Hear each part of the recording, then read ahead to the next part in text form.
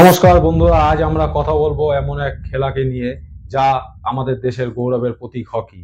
একটা সময় ছিল যখন ভারতীয় হকি দলকে বলা হতো বিশ্বের সেরা। চলুন জেনে নিই এই খেলার ইতিহাস, নিয়ম আর ভারতের সঙ্গে এর সম্পর্ক। হকি শব্দটি এসেছে ইংরেজি শব্দ হকির থেকে, যার অর্থ লাঠি বা বাঁকা কাঠ। প্রাচীন কাল থেকেই মানুষ বল ও লাঠি ব্যবহার করে এমন ধরনের খেলা খেলতো, কিন্তু আধুনিক হকির জন্ম হয় 19 শতাব্দীতে ইংল্যান্ডে। 1876 সালে লন্ডনে গঠিত হয় প্রথম হকি অ্যাসোসিয়েশন। এরপর ধীরে ধীরে এই খেলা ছড়িয়ে পড়ে ইউরোপ, এশিয়া ও আফ্রিকায়।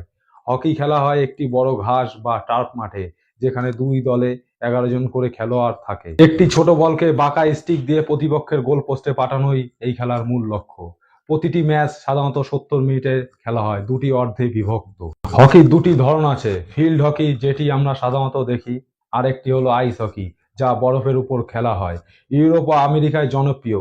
ভারতে হকি যাত্রা শুরু হয় ব্রিটিশ শাসনামলে প্রায় 1885 সালে। 1928 সালে অ্যামস্টারডাম অলিম্পিকে ভারত প্রথম অংশ নেয় এবং সেখানেই স্বর্ণপদক জিতে নেয়। এরপর থেকে 1956 সাল পর্যন্ত টানা 6টি অলিম্পিকে ভারত সোনা জেতে। সেই সময় ভারতীয় হকি দল ছিল অপ্রতিরোধ্য। ধ্যানচাঁদ, যিনি হকির জাদুকর নামে পরিচিত, তিনি ছিলেন সেই স্বর্ণযুগের প্রধান নায়ক।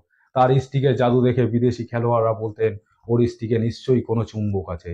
সময়ের সঙ্গে সঙ্গে খেলার ধরন বদলেছে। এখন ঘাসের পরিবর্তে খেলা হয় সিনথেটিক টার্ফে। যদি একসময় ভারতের দখল কমে যায়, তবে সাম্প্রতিক বছরগুলোতে ভারত আবার ঘুরে দাঁড়িয়েছে। 2021 সালে টোকিও অলিম্পিকে ভারত পুরুষ হকি দল প্রথম ব্রোঞ্জ জিতে নেয়। এছাড়াও নারী দলও দারুণ পারফরমেন্স করছে, যা ভবিষ্যতের জন্য এক আশার আলো। হকি শুধু একটি খেলা নয়, এটি ভারতের ইতিহাস ও গর্বের অংশ। এটি আমাদের শেখায় মনোবল, টিমওয়ার্ক আর অধ্যবসায় দিয়ে যে কোনো সাফল্য অর্জন করা সম্ভব। তাহলে বন্ধুরা, আপনাদের কাছে প্রশ্ন, আপনার প্রিয় হকি খেলোয়াড় কে? কমেন্টে জানাতে ভুলবেন না। ভিডিওটি ভালো লাগলে লাইক, শেয়ার এবং সাবস্ক্রাইব করুন। দেখা হবে পরের ভিডিওতে নতুন কোনো ইতিহাস নিয়ে। ধন্যবাদ।